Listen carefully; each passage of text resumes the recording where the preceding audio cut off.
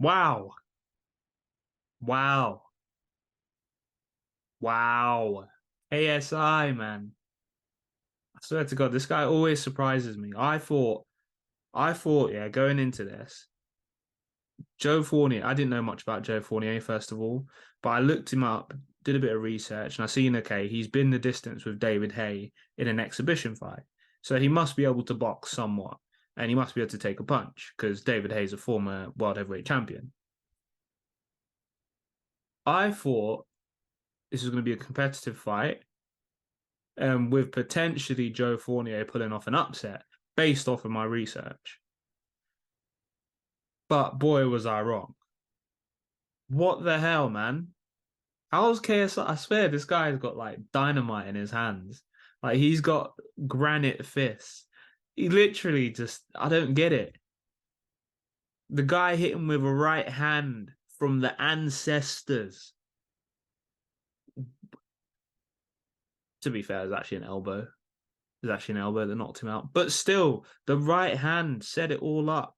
He rocked him. He was dazed. Then he finished him off with the little, Conor McGregor elbow in there. What the hell? That was mad.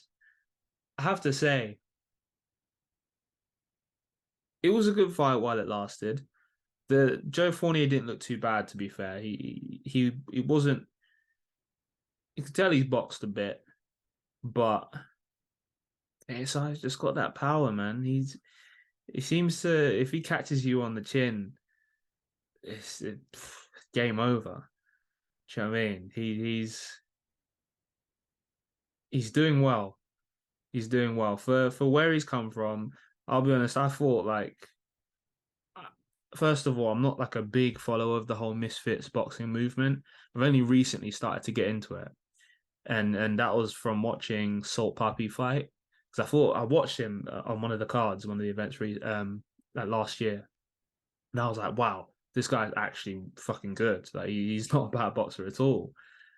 And as I started to watch more and more, I was seeing that they're actually putting on some decent fights at these Misfits events.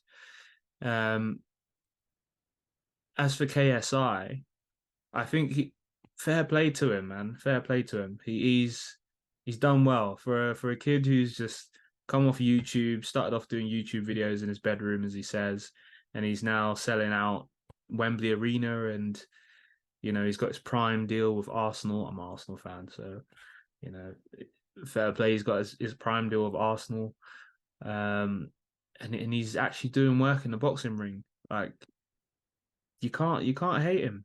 He's doing well. He's doing well, and he proved tonight that. I mean, who's going to stop him? It's got to be. He's fighting Tommy Fury next. By the looks of how things went after the fight, that's going to be the next match for KSI. I think he's going to need to work on some things though.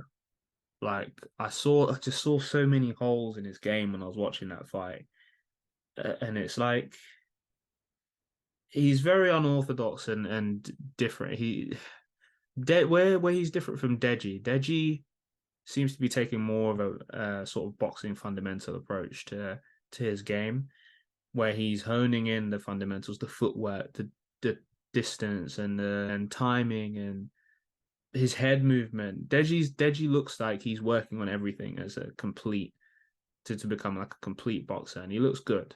Not saying KSI doesn't look good; he looks great, but he's a bit more awkward and unorthodox and wild. He reminds me a bit of Deontay Wilder in there, um, knocking people out as well. Um, but I think he's going to need to, in order to beat Tommy Fury, he's going to need to work on some things, man. He's going to need to figure out another way to set up his right hand, because at the minute, KSI doesn't really throw many jabs. He kind of just bounces around and he'll just throw punches at awkward angles. That's not going to work against Tommy Fury. You saw how that went with Jake Paul. Jake Paul's just got a right hand as well. Actually, he's got a decent left hook. But the main thing for Jake Paul is his right hand. Tommy Fury and his team figured all that out. Do you know what I mean? They know what they're doing. And I think with KSI, they're gonna implement a similar game plan, circle away from the right hand, and keep him on the end of your jab. And I think that'll be enough to beat KSI at this point, unless KSI can figure out a way to make some changes and some improvements on how he sets up his right hand going into that Tommy Fury fight. But as for tonight's card, well done to KSI, and it's kind of peak for that billionaire dude, Joe Fournier. It's gonna be, yeah, it's gonna be a peak time for him going into the office. I can only imagine all the banter he's gonna receive. Oh dear, I wouldn't want to be him. I'd like to have his money though, but yeah, good fight. Well done, KSI. The rest of the card was quite good as well. Salt Puppy, unfortunately, didn't get the win. It was an awkward fight for Salt Puppy, if I'm honest. It was these MMA, when you get MMA fighters crossing over to boxing, they bring a very MMA style of striking. They don't really necessarily have that traditional boxing style. And as you saw with Conor McGregor and Floyd, it takes time to figure out that style and then sort of implement your game plan. Even Floyd got caught by Conor McGregor. We saw how that went. And Salt Puppy, I think, was in a similar position, in the sense he was getting caught in the early rounds. Well, he did well round one, actually, really well. And it was looking like he was going to cruise through the fight. But then, excuse me, Anthony Taylor was able to sort of implement his game plan and found something that worked. And Salt Puppy didn't seem to have an answer for that awkward sort of MMA style of striking. I think given a few more rounds, maybe Salt Puppy would have been able to figure him out. But hey, it is what it is. We move. I'm kind of sad he lost because I would have liked to have seen him versus like KSI or Jake Paul, or do you know what I mean? Get into one of these bigger super fights. But I think he'll be back. He'll win a couple fights and he'll be right back in the mix. Yeah, Deji looked good against Swarmz. Again, his boxing's improving loads, and I really like his style. Like, he actually looks like he's taking the boxing seriously, and he's learning at such a quick rate and improving very quickly. I just like how he's so aware of the range and the distance in there. He looks comfortable. He looks like he belongs in there.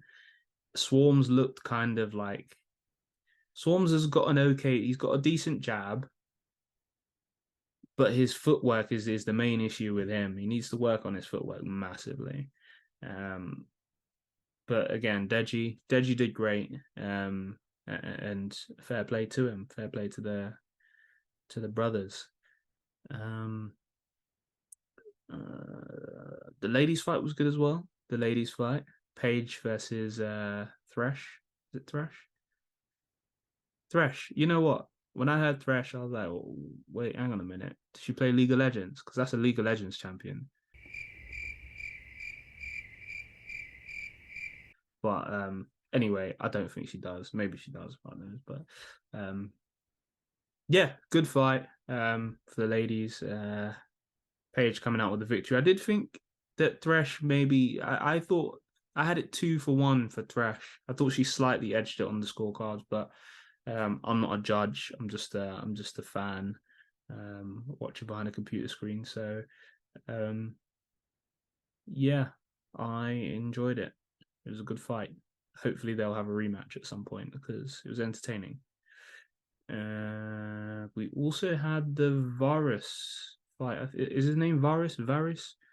Something like that. You know, the Spanish geezer that KO'd the other guy. Silly. Oh my days, that was bad, you know.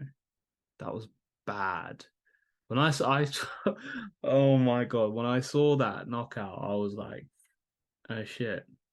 Is this gonna be the first like death in Misfits boxing?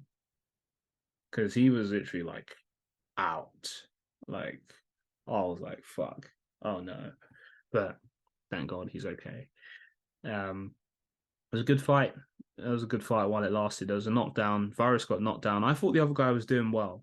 You know, he had a good counter left hand. he looked the more composed fighter out of the two.